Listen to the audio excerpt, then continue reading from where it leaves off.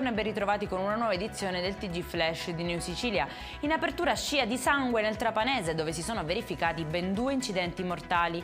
Le vittime sono una 23enne che si è schiantata con l'auto contro un albero e un motociclista di 64 anni che dopo essere finito fuori strada è caduto dal mezzo a 2 ruote sbattendo violentemente la testa sull'asfalto. Vani soccorsi in entrambi i casi.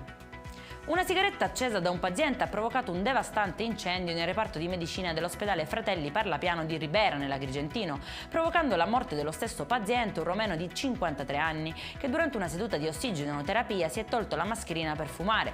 La procura di Sciacca ha aperto un'inchiesta, disponendo anche il sequestro dell'area interessata dalle fiamme. Denunciata e licenziata una dipendente delle poste di Patti che avrebbe intascato fino a 25.000 euro rubando denaro da libretti e buoni postali dei clienti, quasi tutti anziani.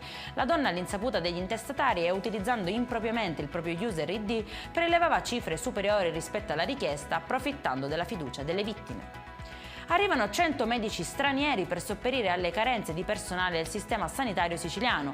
Stiamo facendo il possibile per mitigare il problema in attesa di soluzioni strutturali come l'aumento del numero di accessi ai corsi di laurea in medicina, ha commentato Schifani.